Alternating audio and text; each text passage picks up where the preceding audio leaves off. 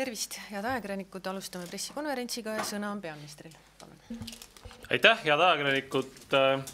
Vaatamata sellele, et poliitilised ajad on Eestis ärevad, siis valitsus jätkab oma tööd. Eesti riigis igal juhul tuleb tagada järjepidevus ja riik tuleb alati ja juhtimine tuleb alati väärikalt üle anda ja seetõttu on ka mitmeid selliseid teemasid, mis on osalt tehnilised, osalt poliitilised, mille otsustamist ei ole võimalik lükata mõni nädal edasi ja seetõttu valitsuse töö loomulikult jätkub oma tavapärases rutiinis. Nii näiteks täna otsustasime tervelt 9 kaitseväe missiooni pikendamise Eesti riigi rahvusvaheliste kohustuste täitmiseks. Detailidest saab kaitseminister Hannes Hanso täpsemalt rääkida, aga loomulikult vajavad erinevad missioonid ka parlamendi mandaate, kõiki neid detaile, nagu öeldud, siis saab Hannes Hanso täpsemalt rääkida, et kus on vaja parlamendi mandaati ja kus piisab muudest otsustest. Valitsus toetas meretöö seaduse ja töötajate ühenduse siselise kaasamise seaduse muutmist, mis siis käsitleb tööaja korraldust siseveetranspordi valdkonnas ja teine meremeeste tööalaseid õigusi saada tööandjalt infot ja olla kaasatud nende huve puudutavate küsimuste lahendamisse. Ja see viimase muutmine loob meritsi kaupa vedavate laevapere liikmetele, kes töötavad üleühenduselise ettevõtja, nagu näiteks Tallink juures, võimaluse moodustada Euroopa Töönõukogu.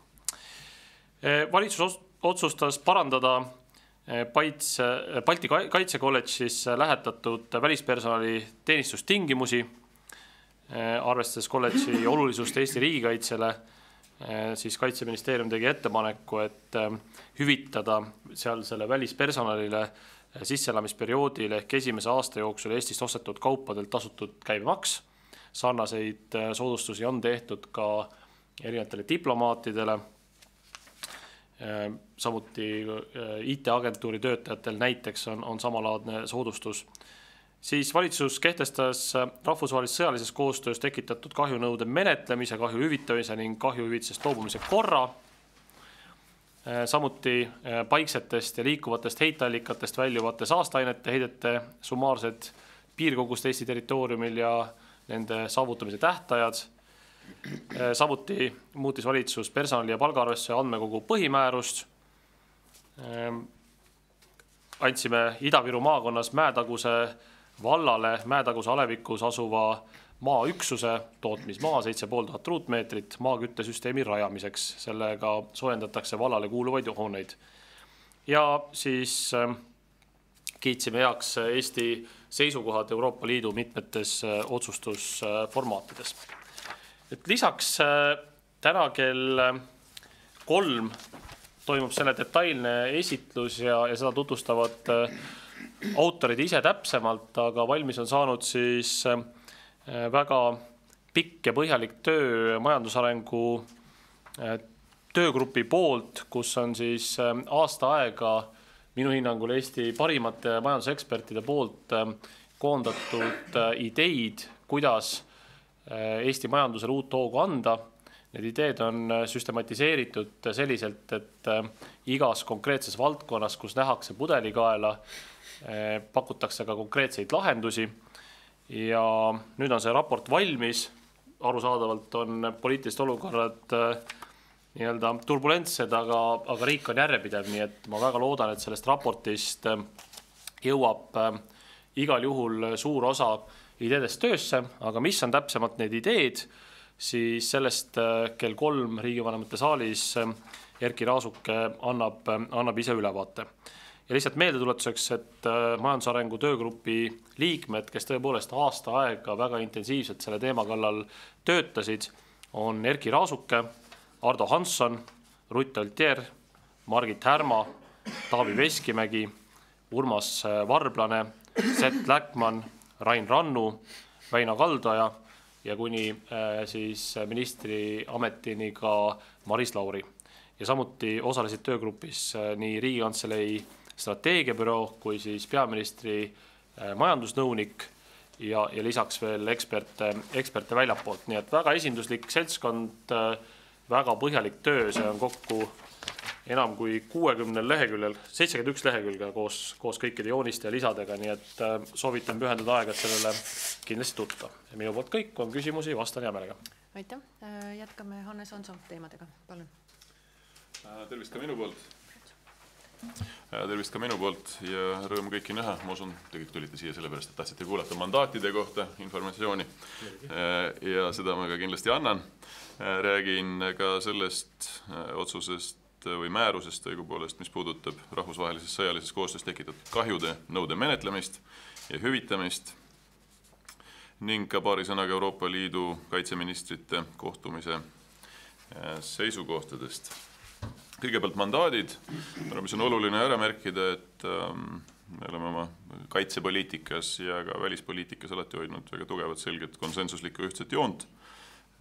Selles ei muutu ka tulevikus midagi ja me ühtegi uut mandaati ei taotle võrreldes käesoleva aastaga, aga kord näeb ette, et me viime nad igal aastal korra siis Riigikogu ette ja selleks aastaks, järgmiseks aastaks siis taotleme Riigikogult 9 mandaati, kokku kuni 371 tegevväelase kasutamiseks nii rahvusvahelistel sõjalistel operatsioonidel kui ka valmidusüksuses.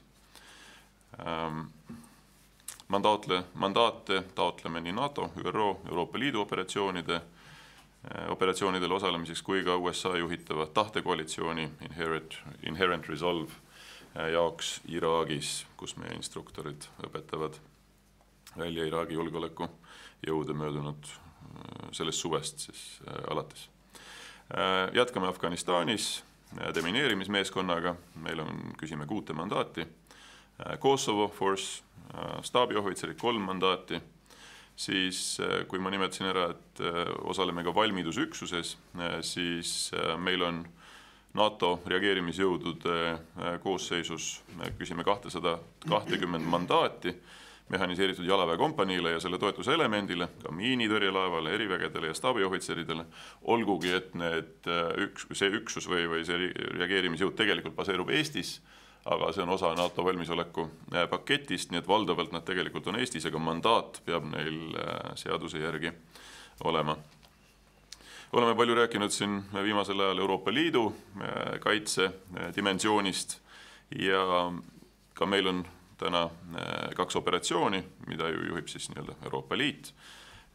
Euroopa Liidu väljaõppemissioon Malis, kus me küsime 10 mandaati instruktorite ja staabiohvitseride jaoks ja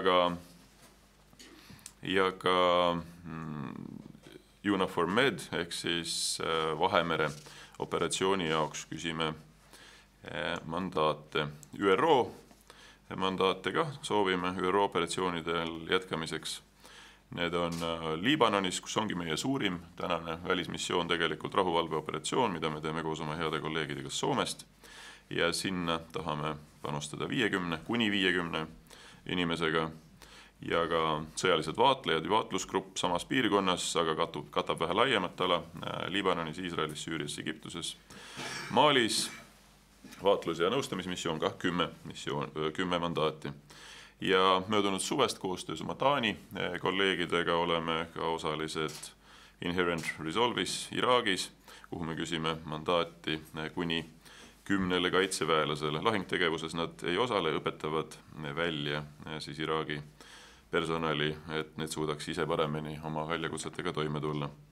Ja sarnaselt möödunud aastaga, mis on, ma arvan, oluline siin ära nimetada, taotleme ka mandaati esmakordseks panustamiseks operatsioonile kuni 50 tegevväelasega.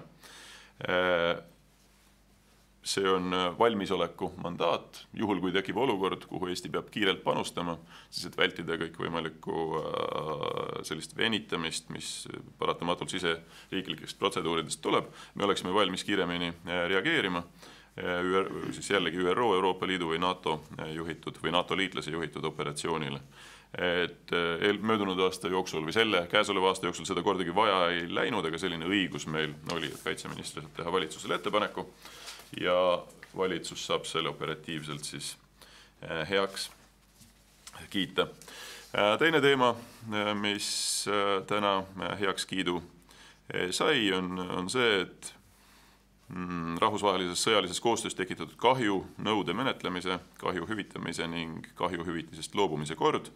Asja põhiline point on võrdlemisi lihtne, et kui sõjalises koostöös on tekitatud kahjusid, siis me saame selle korra alusel neid küsimusi lahendada.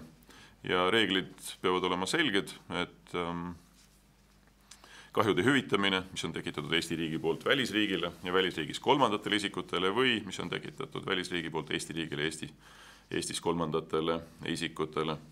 Et need kulud, mis meil võivad sellega tekkida, aastate jooksul lõikes muidugi võivad varieeruda, arvestades ka liitlasriikide suurenevat kohalolekut Eestis lähiajal, järgmise aasta põhimõtteliselt algusest juba või esimesest poolest, on ka tõenäoline, et nende tegevustega seotud kahjuhüvitiste taotlus kasvab. Näiteks eelmisel aastal, 2015. aastal hüvitas Kaitsevägi, ja see tulekski Kaitseväe eelarvest, siis need vahendid, 4000 euro eest välisriigi relvajõudude tekitatud kahju näiteks. Ja kolmas punkt ka, Euroopa Liidu kaitseministrite kohtumine, et Madame Mogherini tuli välja siis liikmesriikide koostöös tekkinud globaalstrateegiaga.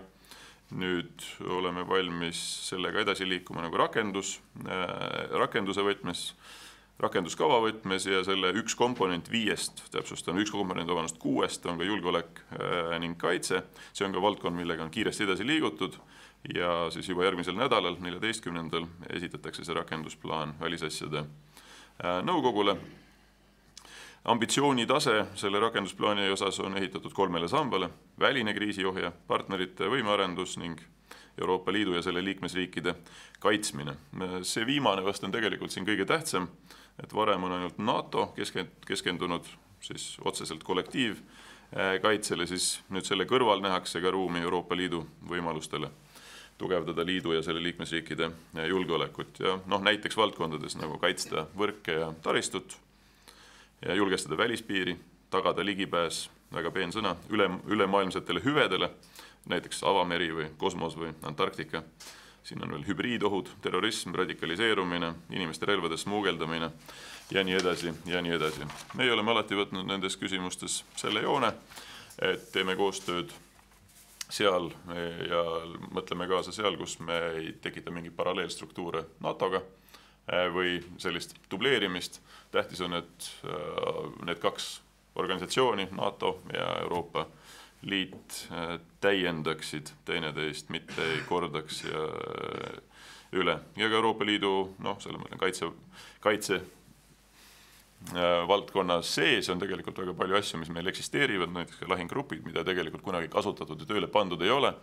Ma usun ka mõistlik positsioon on, et hakkame otsast, selle asemel, et luua midagi täiesti uut, et paneme need asjad tööle, mis juba on ja vaatame, et me keskendume nagu põhilisele ehk siis NATO-le ja kollektiivkaitsele, mis on meie regioonis muidugi antud ajatkel ääretult tähtis. Praegu tõmbaks otsad kokku ja ütleks. Aitäh! Aitäh ja nüüd sõna Jürgen Ligile, palun. Aitäh, räägiks natuke välisasjade nõukogust ja välispoliitikast. Välispoliitika meil ei muutu enne, kui ta muutub. Välisminister kindlasti ei ole see, kes ütleb, et välispoliitika on muutumas, aga asi, mis ma ise arvan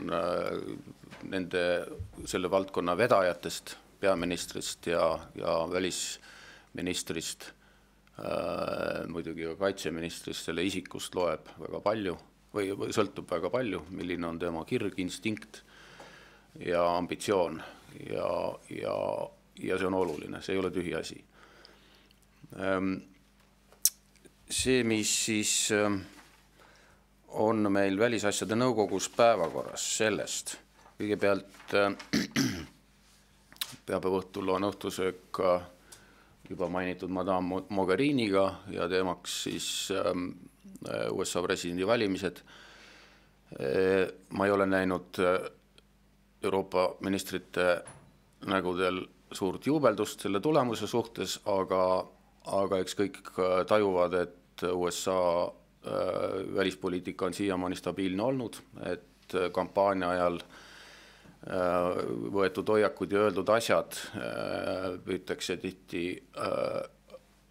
tihti ära unustada, mitte nendele keskenduda ja et see USA julgeolekuteenistus on sedavõrd professionaalne välisteenistus, et saavutatakse USA rolli jätkumine. USA partnerina meile asendatav ei ole lähiaegadel ega ole tema NATO tuumikriigina. Samas oleme me ju tegelikult nõus, et Donald Trumpiga selles, ja seda öelnud, et Euroopa peab oma kaitsepanust, julgeolekupanust üldiselt suurendama. Ja kui see on väike stiimul, siis on juba midagi hästi. See oleks olnud tegelikult ju arvamus nagunii, et surve sellele tekib sõltumata valimistulemustest.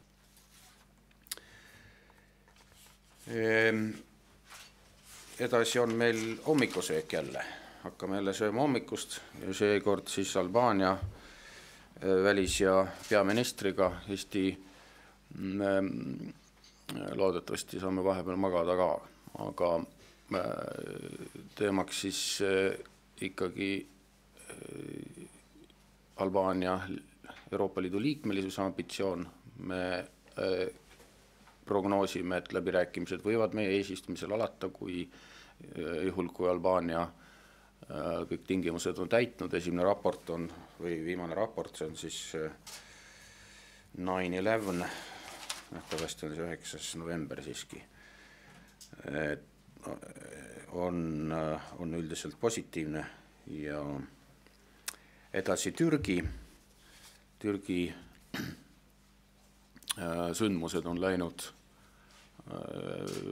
väga vales suunas Euroopa silmis, on olnud käredamaid ütlemisi ja on olnud siis mõistvamaid.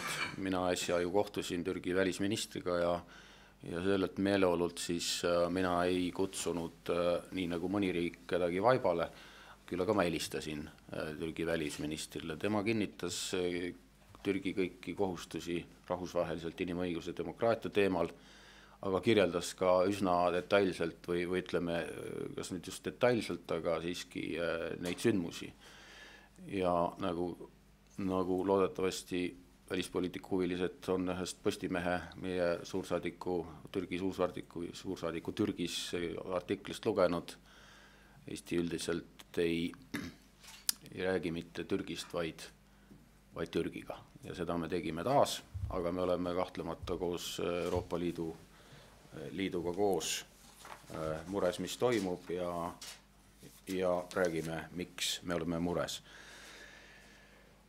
Mitte kõigiga ei õnnestu see jutt nii hästi, kui õnnestub välisministriga, ei saa salata. Need Türgi meetmed, eriti mis puudutab siis meetmeid parlamendisaadikute ja meedia vastu, ei ole Euroopas arusaadavad. Aga koostöö jätkumist me Türgiga kindlasti taotleme. Türgi kaotamine meie partnerina ei ole mõeldav ilmselt. Veel on päevakorras idapartnerlus. Idapartnerluse teemal me plaanime eesistumise ajal tippkohtumist ja teha seda, nagu on vist juba üksjagu kõlanud Brüsselis. Me tahame muuta idapartnerluse teema rohkem Euroopa kui Ida-Euroopa teemaks ja kui ainult Ida-Euroopa teemaks ja teadlikult siis viime seda teistele riikidele, institutsioonidele lähemale. Et keegi ei kahtleks, kui tähtis see on nende ühiskondade arenemisele, nende vastupanuvõimele ja stabiilsusele, et Euroopa nendega räägiks. Nende riikide seisukord on muidugi praegu üsna erinev ja vast nüüd viimastest sündmustest on kõige eredam see, mis on toimunud siis Ukraina assotsiatsioonilepingu ümber.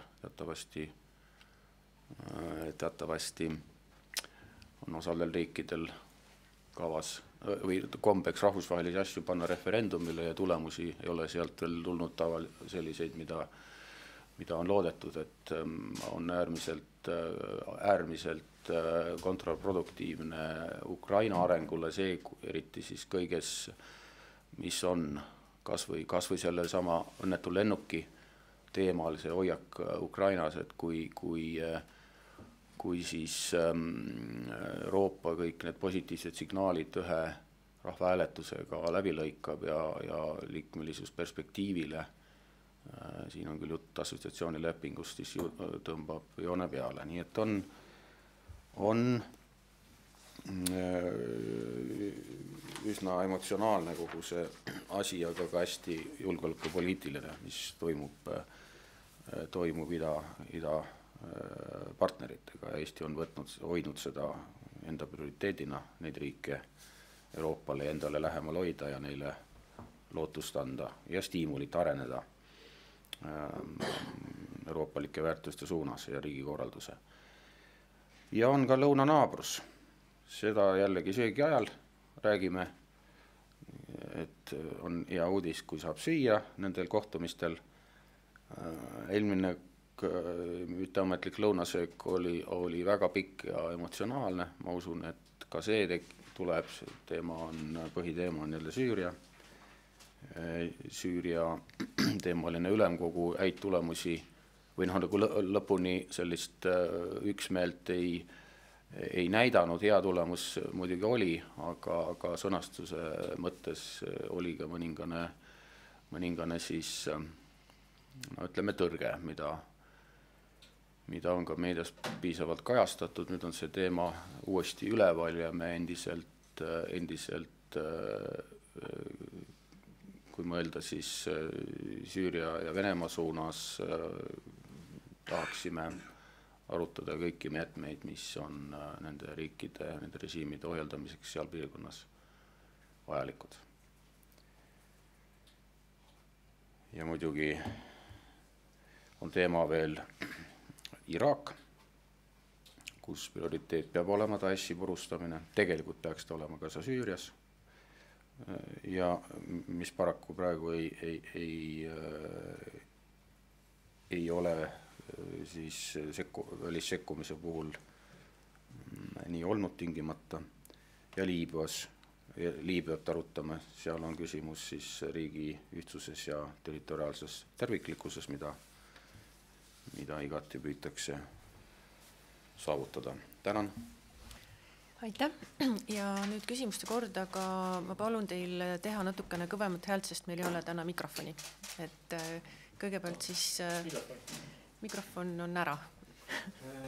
Sven Soivat TV3-st kuulates nüüd välispoliitika ja selliste kaitsepoliitika ülevaadet uued koalitsioonid, mis nad eile õhtul kokku leppisid, siis tundub, et praegu veel peaminister ja välisminister võiksid väga rahul olla, et läheb samas suunas edasi ja ei muutusi oodata või karta ei ole. No, mis puudutab välispoliitika ja kaitsepoliitika põhijooni, siis see on väga oluline, et hoitaks seda kurssi, mis Eestil on pikka aega olnud ja selles mõttes loomulikult oleks väga ebaootuspärane, kui moodustatav võimuliit seda kurssi tahaks muuta, et seetõttu ma arvan, et see on väga hea, kui seda kurssi soovitakse hoida. Aga mis teeb mind murelikuks kogu selle asja juures on see, et milline pilt kogu sellest asjast on jäänud välismeedias ja kui me vaatame seda massiivset kajastust, siis ei saa üle ka ümber sellest, et Keskerakonnal on pikkade aastate jooksul tekkinud oma kindel imago.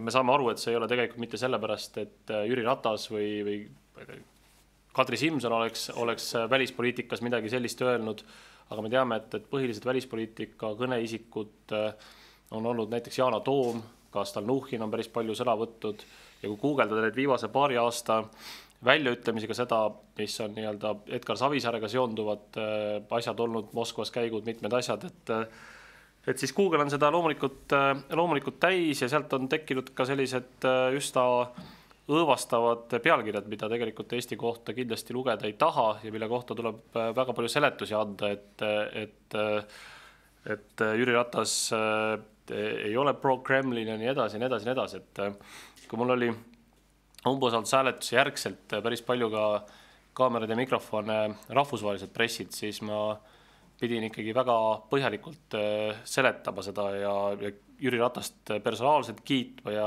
ütlema, et küll kõik läheb hästi, et see on tõsine probleem, aga kui me mõtleme ka Eesti ajakirjanikena siis, või Eesti avalikkusena, siis eks meil on ka väga selge, et oma ettekujutused mõnedest rahvusvahelistest tuntud erakondadest. Võtame kas või näiteks Ušakovsi partei Lätis või Le Peni partei Prantsusmaal või UKIP või mis iganes, selles mõttes ma üldse ei ütle, et need kõik sarnase ideoloogia kuidagi oleks kaugel sellest, aga lihtsalt, et need, kes on nagu väga, ütleme, riigi ametlikust seisukohast väga reljeefselt aja jooksul öelnud alternatiivseid seisukohti, siis nendel on tekkinud imago.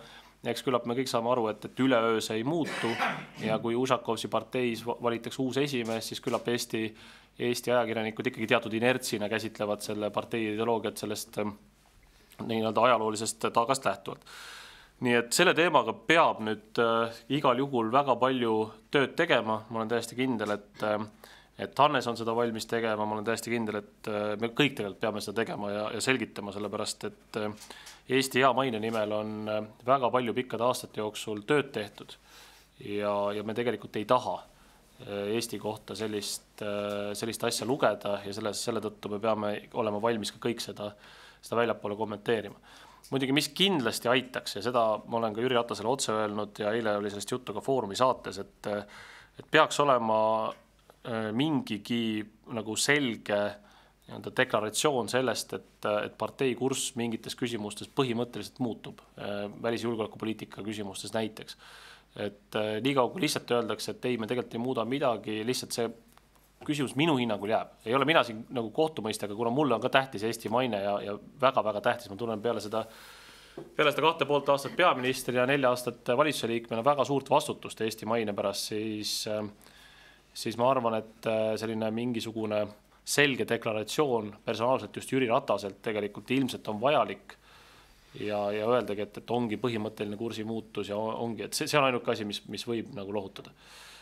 Kui seda ei tule, siis seni kõik need muud küsimused, et kas välisteenistusele antakse 1 miljon juurde või 5 miljonit, et see kõik on tegelikult ju pisi asi või selles mõttes sellega me peame paraku arvestama. Nii et sellepärast ma olen küll mures, et mis pilt Eestist väljapoole jääb. Aitäh. Aitäh. Palun täpsustus. Jah, aitäh. Ma arvan, Eesti maine on absoluutselt kõigile tähtis ja selle maine jätkuv hoidmine. Jah, olen ka viimasel 2 päeval pidanud vastama arvukatele välisajakirjanike küsimustele mõlemalt poolt Atlandi ookeanit ja jätkan ka seda tööd nii täna kui ka homme.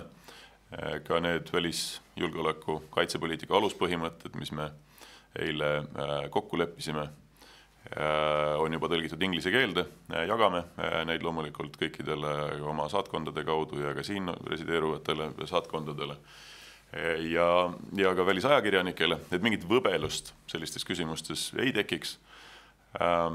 Mingisuguseks võbeluseks ei ole ka alust, jalg kellelgi ei värise.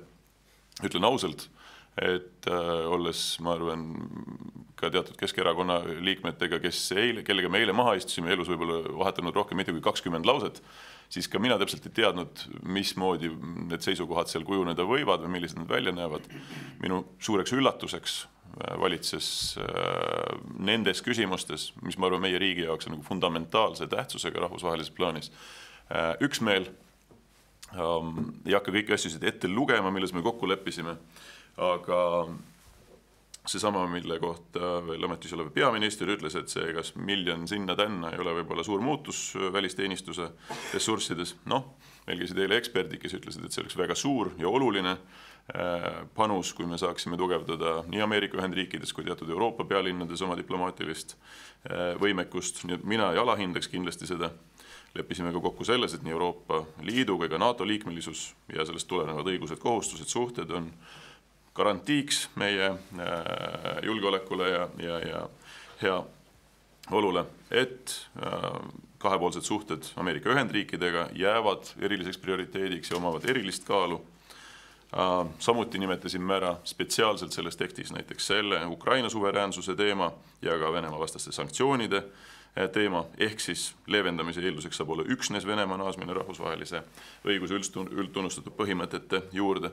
Samuti, et kellelgi ei tekiks mingeid kahtlusi, leppisime kokku selles, et see konsensuslik vähemalt, ja toonitan siin, joonistan alla ja tõmban veel punase joone ka igaks juhuks peale, et vähemalt 2% kulutamine riigikaitsele meie SKP-st jätkub ja ka liitlaste vastuvõtu kulutamine siis lisaks, liitlaste vastuvõtuga seonduvate kulude katmine lisaks, aga ma usun, siin laua taga ei tule ka kellelegi üllatuseks, et oleme ka varem arutanud seda, et võib ka tekkida täiendavaid rahastamisvajadusi meie riigikaitse teatud lünkade kiiremas korras või eelistempos, ennaktempos nii-öelda lahendamiseks. Ja me leppisime ka kokku, et loome täiendava riigikaitse investeeringute programmi, vajadusel saame ka 2%-le peale selliseid hädavajalikke investeeringuid teha. Nii mind ausalt öelda kogu see asi seal väga julgustas, et me oleme teinud seni päris hästi Eestis riigina, jätkame selle tegemist ja ausalt öelda natukene tahaks teha veel paremini. Nendest operatsioonidest ja kõigest sellest juba rääkisin. Ühesõnaga unustame selle pro-Kremlin, pro-Venemaa igasuguse jura rahulikult ära, mingit sellist muutust ei tule, jätkame samal kursil, selgitame seda ka kõikidele oma liitlastele ja partneritele, selgitame seda ka Moskvale. Ja mina isiklikult ausalt öelda tahaks öelda, võib-olla tundub vähe kentsakas täna istuda siin laua taga kolmekesi, et teed kipuvad lahku minema, siis mina isiklikult peaministrite siiralt tahaks ka kõikide teie eest tänada selle koostöö eest, mis me oleme nendes küsimustes siin minu puhul pisut rohkem kui aasta jooksul teinud. See, mis me Varssavist koju tõime, see ei ole kellegi ühe mehe pingutus ja ponnistus ja ma ütlen peaministriga ja kõigi teistega, panime selles küsimuses seljad kokku ja kaitseküsimustes laiemalt, et see konsensus meil ühiskonnas, ma loodan, kuskil ei kao. Ma loodan, et ka isegi kui peate vahepeal opositsioonis olema, siis oleme selles küsimuses ikka konstruktiivsed ja kõnnime ühte jalga. Nii et mina tunnen praegu, et me oleme õigel teel ja jätkame samal teel, nii et nendeks muredeks nagu tegelikult põhjust ei tohiks olla. Aga mul oli planeeritud järgmisel nädalal minna Põhja-Ameerika kõige suuremale julgeolekukonverentsile Halifax, lihtsalt kirjeldamaks seda pilti ja mul oli kokku lepitud ka muude asjade kõrval, esinemiste kõrval, osalemise kõrval ka kahepoolne kohtumine Suurbritannia kolleegiga. Siis eile hommikuks olid taotluse esitanud veel Ameerika Ühendriikide kolleeg, Prantsuse kolleeg, Briti oma, Kanada soovib asjadest rääkida, võib-olla sinna veel lisandub keegi. Et näete siis, kusagilt läheb mingisugune teema oma elu elama ja lappama, siis me peame kõik seda seletama. Mina olen seda loomulikult valmis tegema kuni viimse hingetõmbeni. Aitäh! Suurest üksmeelest võib-olla veel seda, et kui mina täpselt sama taotluse, mida Hannes siin kirjeldas uuele koalitsioonile puhul välisteenistusele lisaraha küsisin, siis vaatas tulevase tõenäoliselt välisministri erakond mulle kallanäoga otsa. Et eks see sõltub ju seisukoht sellest, mis su amet parajasti on. Aga ma väga loodan, et kaitseministri jätkab Hannes Hanso, minul tema suhtes ei ole vähimaidki kahtlusi. Küll aga kui rääkida mainest üldiselt, siis nagu ma ütlesin, ei hakka mina seda välispilti mingil juhul kuidagi teravamaks ajama. Aga mõelda, mis mainega toimub, kui noored mehed, ma ei mõtle siin ühtegi laua taga olejat, kasutavad selliseid sõnu avalikult Eesti kohta nagu seisak, mis on ju vähe pikema intelligentsiga inimestele tähistab stagnatsiooni, tähistab tõeliselt stagneerunud ühiskondi, sealhulgas siis meie saatusekaaslaste hulgas, kelle hulgas neid tõesti sügavalt on. Või siis, kes ütlevad, räägivad ühe parteisüsteemist. Ausalt öeldes see on märgina suhteliselt oluline, mis jääb kõlama, et nagu meil oleks kuidagi, meil on saatusekaaslasi, kus on see kujunenud. Eestis ei ole kunagi olnud ja need samad inimesed, kes nii räägivad, on enamasti olnud koalitsioonis Reformierakonnaga. Ja äsja on veel olnud, eks ole, koalitsioon, praegu ka veel on üleminekus, eks ole. ja selle lepingu kohta jällegi inimesed ei saa märkidest aru, nad on lihtsalt liiga lühikese elulooga, ma jällegi ei pea ühtegi laua taga olijat silmas, aga kui räägitakse, et meil leping ei ole kehtiv või kuidas see oli, ei ole toimiv, siis jällegi märke lugev inimene võtab, et tegemist on mingi uinuva agendiga, kes aktiveeritakse vastavalt olukorrale ja tegelikult see on nii. Oleme ausalt, kui on kuskil mingisugune leping, seda tuletatakse ühel hetkel meelde, see stsenaarium tegelikult ju eksisteerib. Ma ei väida, et see hakkab niimoodi juhtuma, lihtsalt selleks, et seda märki poleks, tuleks seda tühistada. Praegu ei tohiks tekkida koalitsiooni, kellel on 4 liige kuskil uinunud olekus. Üks täpsustav küsimus tuli... Täpsustav küsimus selle viimase vastuse peale, et siin mainiti Riisakut, kus oli Tsahkna lause. Tsahkna soovitus eile oli Reformierakonnale küll otseselt, et Taavi Rõivasele, et saage üle, et kuidas selle ülesaamisega on, et oli see asjakohane soovitus. Kõigepealt Seisaku on kasutanud ka tulevane peaminister. Et mida see ülesaamine siis tähendab, kui ma mõtlen neid inimesi, kes praegu võimu jagavad, siis ausalt öeldes mina nende vanuses ei julgenud võimust mõeldagi. Ja mul oli kindlasti valmis oleks suurem tol hetkel kui nendel. Et keda nad siis süüdistavad selles, et on liiga kauale võimule jäänud liiga kauaks. Sellest räägitakse mingit 17 aastast. Tõenäoliselt umbes 14 on IRL sellega meile jaganud. Umbes pool sellest on seda võimu jaganud sotsid. Ja ei ole kogu aeg olnud nii. Ei ole kordagi olnud ühe partei süsteemi, ei ole kordagi saanud üksi otsused langetada.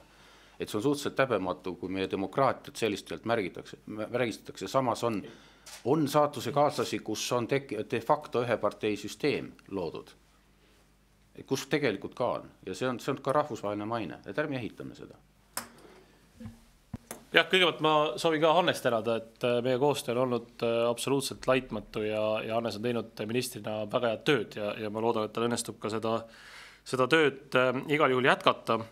Meil ei ole ka seisukohtades siin mingit erinevust olnud absoluutselt mitte. Samamoodi ka tegelikult Hannese eelkäija Sven Mikseriga, kes kaitseministri ametis oli samuti peaministri väga lähedane liitlane nendes rahvusvahelistes asjades, et seda tahan kindlasti ära öelda. Nüüd,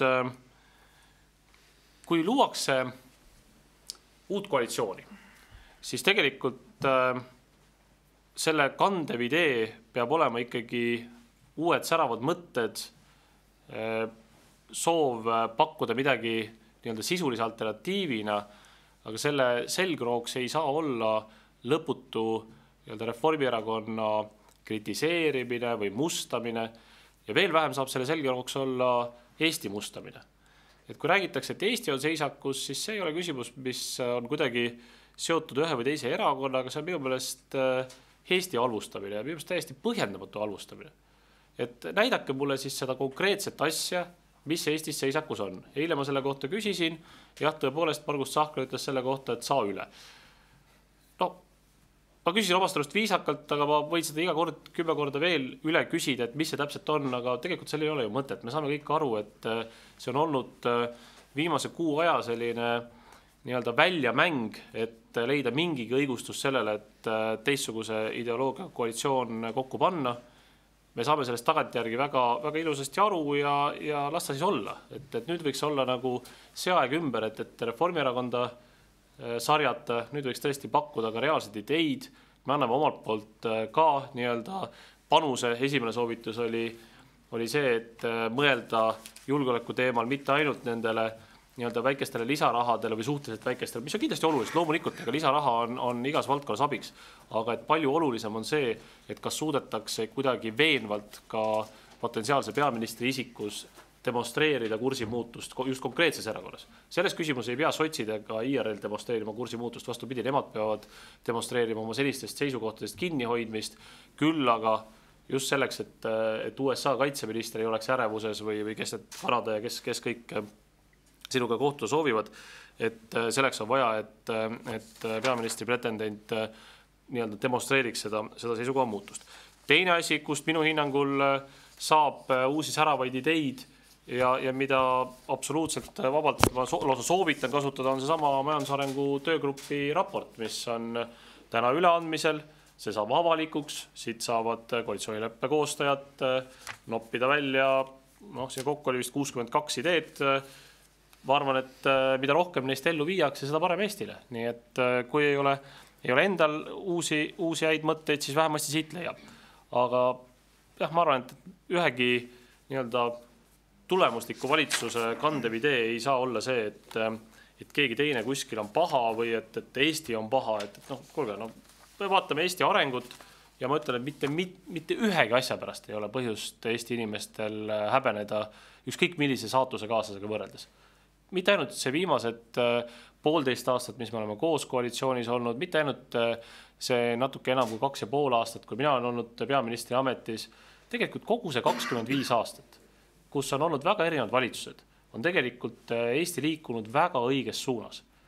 Jah, selle taga on ka valitsuste hea töö, parlamendi koosseisude hea töö, aga selle taga on eeskätt see, et Eesti inimesed on väga palju pingutanud ja et on olnud tarkust teha õigeid valikuid ka valimiskastide ääres.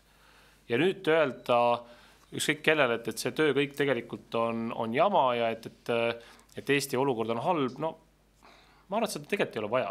Keskenduks uutele ideedele, keskenduks nii-öelda oma positiivsele programmile.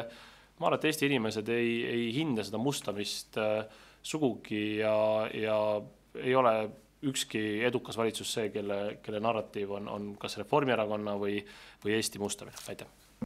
Ja üks täpsustuv siis repliik veel. Jah, olen andnud endast parima, et teha oma tööd kaitseministrina ja sisepoliitilises sellises catch'ist olen ennast täitsa kõrvale hoidnud teadlikult ja ma arvan ka õigustatult. Valdkond, kus me oleme alati teinud asju, on olnud nagu tugeva konsensuse põhine.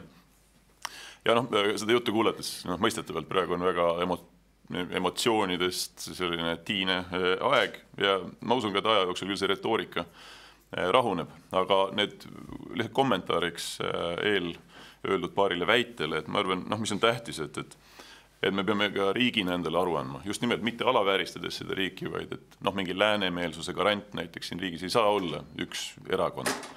Ka riigi toimimise ja edukuse garant ei saa samuti olla üks erakond. Et keegi ei tohi nagu minu meelest tunda, et nad nagu asendamatud või see ei ole ka nagu päris selline läänelik asi. Et ma tõesti mõistan neid emotsioone, mis siin on ja ma ütlen kohe ära ka, et minu meelest on Reformierakond andnud tohutu panuse sellesse, kus me täna Eesti riigis oleme. See ei tähendab, et me ei tohiks aeg-ajalt nagu lehekülge pöörata mingi nagu päike enam ei tõuse hommikul, et nii ka ei ole. Siin ma olen Hannesega täiesti nõus, et Eesti on demokraatlik riik, valimistel on antud mandaat kokku 6 erakonnale. Kõikidel nendel erakondadel on oma ideoloogia, see on täiesti loomulik, et need ideoloogiad on erinevad, aga me peame arvestama ka seda, et kõikidel erakondadel on oma väljaütlemiste ajalugu ja tuleb võtta nii-öelda vähemalt ühes küsimuses, millest me täna siin oleme kõige rohkem rääkinud, ehk siis välis- ja julgeolekupoliitikas seda arvesse. Ja ma arvan, et siin on seda suurem vastutus ka sotsiaaldemokraatidel ja IRL-il, et tulebki aidata kaasa sellele, et seda nii-öelda potentsiaalset või osaliselt tekkinud mainekahju maha pesta ja kui vähegi võimalik, siis Reformierakond kavatseb selles igal juhul abiks olla, et Reformierakonna jaoks on Eesti maine ülioluline ja meie ei taha neid uudiseid lugeda, et Eesti saab pro-Kremlin government, et see ei ole kindlasti nii-öelda Eesti mainele kasuks tuleb. Nii, Kanal 2 tõstis ka. Jaa, Hetli Vilja Kanal 2. Mind huvitab see, et mida nagu valitsus praegu üldse teeb, et kas te reaalselt teete tööd ka või tullakse hommikul morginäoga tööle, istutakse päev ära, käiakse söömas, minnakse koju. Ja teine pool küsimusest on see, et mis saab valitsuse töötajatest, et siin peaministri büroo juht lahkub koos teiega, aga näiteks Helin Vaher, Rasmus Kage, kas Eesti ajakirjandus saab mõned head tütred ja pojad endale? Jah, seda teisele poolele ei oska mina kahjuks vastata, aga Eesti valitsuse suur õnn on olnud see, et meiega koos on seda tööd teinud väga paljud professionaalid ja on ilma liialdamata võimalik öelda, et Eesti valitsuse teenistuses on kõige paremad eksperdid väga erinevatelt eluvaldkondadelt ja nad teevad oma tööd südamega. on täiesti selge, et need inimesed, kes on nii-öelda poliitilistel ametikohtadel, erinevad nõunikud, nende ametiaeg sõltub valitsuse liikmete ametiajast ja see on kenasti regulatsioonides paigas.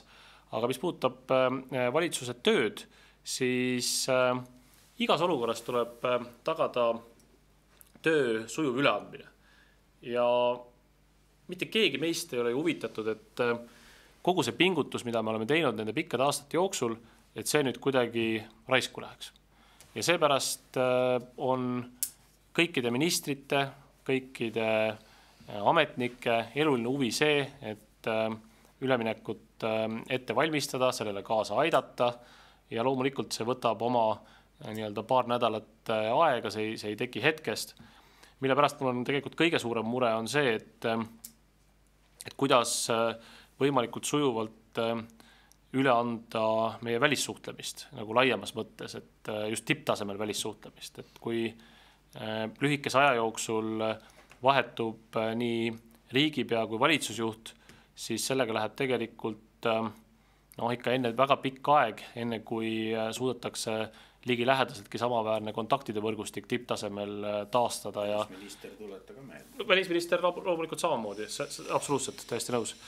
Ja seetõttu selle nimel tuleb nüüd väga palju pingutada. Eile presidendiga rääkides ma ütlesin ka, et kuna mul on isiklikult väga hea kontaktvõrgustik, et ma olen valmis omalt poolt igal juhul õla alla panema, et neid suhteid hoida ja kui abi on vaja, siis ma olen selleks alati olemas, aga ma arvan, see on kõige nii-öelda keerulisem ja kõige rohkem aega võtvam, sellepärast, et mida keerulisemad ajad maailmas on, seda rohkem sõltub ka isiklikest suhetest, seda enam ma loodan, et Hannesel on võimalik kaitseministri jätkata, sest Hannes tundes ta on selline kindlasti väga hea inimestega suhtleja ja kindlasti on tal palju isiklikke kontakte selle aasta jooksul, mis ta on ametis olnud, et ka see, kui tuleks mingi vangerdus ja peaks hakkama hoopis mõnes teises rollis neid kontakte uuesti ehitama, et ka see tuleks tegelikult nii-öelda järjepidevuse mõttes kahjuks, nii et ütleme siis, anname võimaluse siis sisse elada, kui see tekib ja aitab omalt poolt igatepidi kaasa. Ja, palun. Lauri Likkana Tallinna Televisioonist. Kuidas sobitub nüüd Eesti maine hoidmisesse siseminister Hanno Pevkuri, kes on ütlesi ka Reformierakonna aseesimees, välja ütlemine, et Eesti saab endale vasakpoolse valitsuse? Vabandust, aga mis selle ütlemisega siis nüüd nii halvasti on, et täiesti selgelt ideoloogia muutust on ju oodata. Ja minu meelest ei sotsid ega Keskerakond ei peaks vasakpoolset võtma kui kuidagi halvustavat või kui sõimusena. Reformierakond näiteks on uhkusega parempoolne ja me oleme arvestanud, et selle spektri teises osas nii majanduspoliitiliselt kui mitmetes muudes poliitikates on olnud sotsiaaldemokraadid ja Keskerakond ja nii juba pikki aastaid. Nii et see, et Eesti saab vasakpoolse valitsuse, seda tuleb võtta kui nii-öelda või et Eestis pannakse kokku praegu vasakpoolset valitsust, seda tuleb võtta kui nii-öelda teatud mõttes nagu paratamatust, aga kindlasti ei ole see minu meelest sõimusõna, et see on kursimuutus, jah, suure tõenäosusega, küllap nii majandusküsimustes, küllap muudes küsimustes, aga selles ei ole minu meelest halvustavat hinnangut. Võib-olla, kui üldse see on halvustav hinnang, on see võib-olla IRL-i valijate jaoks, sellepärast, et nemad on nii-öelda harjunud mõttega, et IRL on sarnaselt Reformierakonnaga parempoolsete hulgas ja nende jaoks võib see vasakpoolne olla nii-öelda halb silt, aga see on juba siis ka selle erakonna nii-öelda juhtkonna otsustada, et kui nemad soovivad vasakpoolset või domineerivalt vasakpoolset Keskerakonnal ja sotsidel on kokku see siis 42 ja IRL-il eks ole 14, et seal on ikkagi 3-kordne vahe. Et domineerivalt vasakpoolset valitsust toetada, siis peavadki selgitusi andma.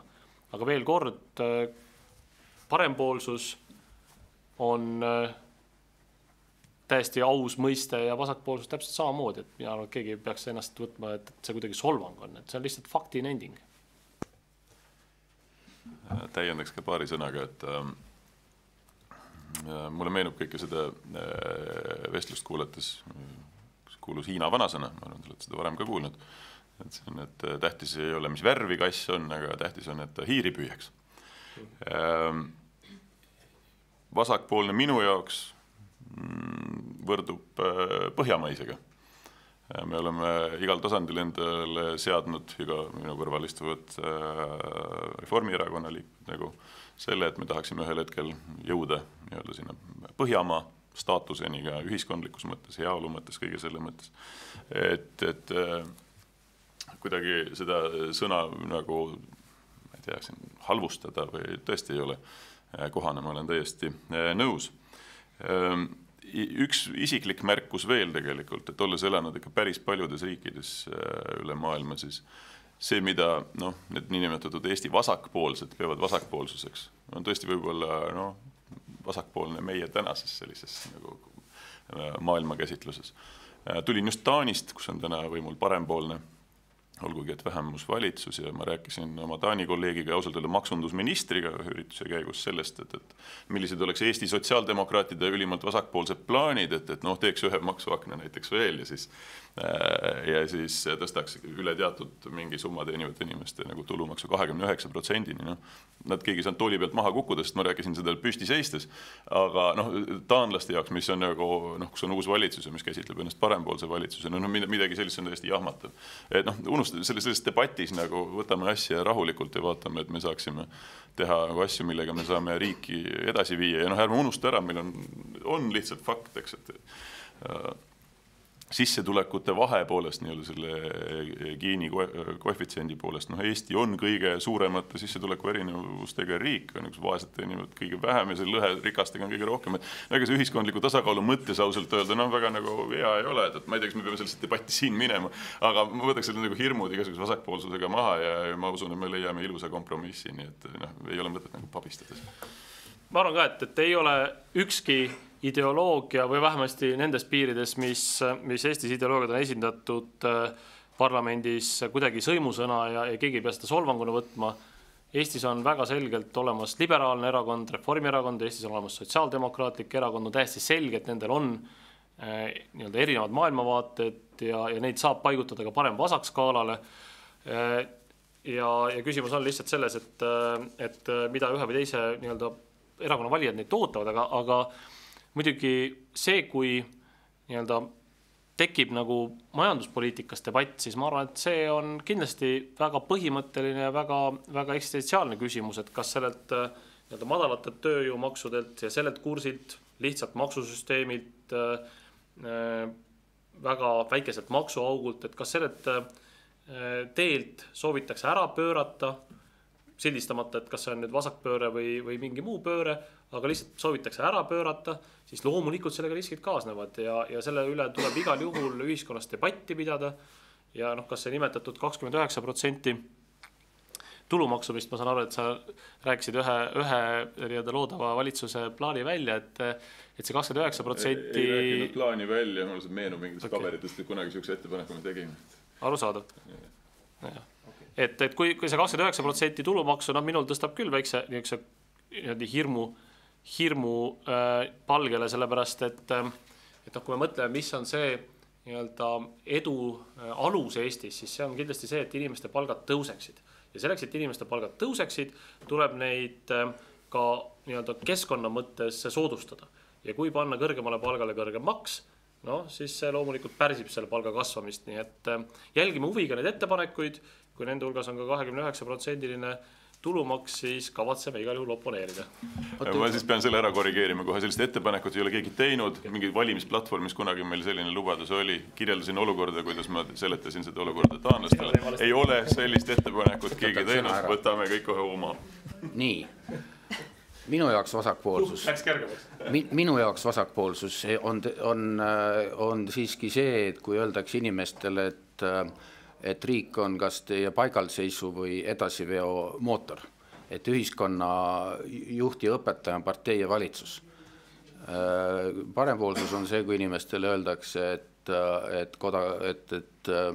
riik on kodanike koostöö ja tingimuste looja kodanike endi eneseteostuseks ja nende aitamiseks valikuliselt.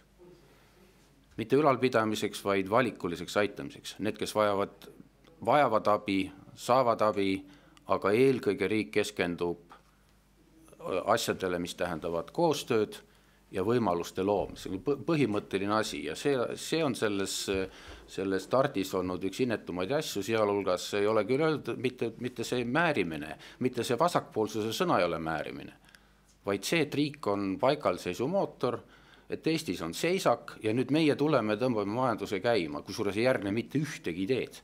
Mitte ühtegi ideed, tegelikult on Rahandusministeerium täis analüüsi kõige selle suhtes, mis on praegu nagu õhus, kui suured toredad asjad, mida just kui keegi oleks pidurdanud. Ei ole pidurdanud, kõik ideed, mis on head olnud, on lastud töösse, aga enne läbi analüüsitud. Ja mina tahaks näha seda rahandusministrit, kes hävitab ära need materjalid. See on väga põnevaid materjale kõige selle suhtes, mis on siis praegu välja käidud kui tohutud majanduse käivitajad. Ei, riik ei käivita majandust, unustage ära. Ta võib ajutiselt sinna õhku sisse puhuda, aga mitte käivitada ja jätkusuutlikult arendada. Nii et praegused kõik majanduse edendamise need kriitika on ju tulnud nendest juhtumitest, kus riik on läinud ise asju tegema. Kus me oleme küll hoianud, aga leppinud. Praegu neid asju klaaritakse. Laevaliiklus, lennuliiklus, sadamad, seal on olnud ju need suured pahandused, mille pärast on riigi maine alla läinud. Aga kõik on tegemist riigi sekkumisega majandusse. Ja kahjuks valed instinktidega, selles mõttes, et teha suuri asju inimeste poolt, kes ei ole selleks kutsutud ega loodud, selles on suur risk. Energeetika samamoodi, et see on parem ja vasakpoolsus.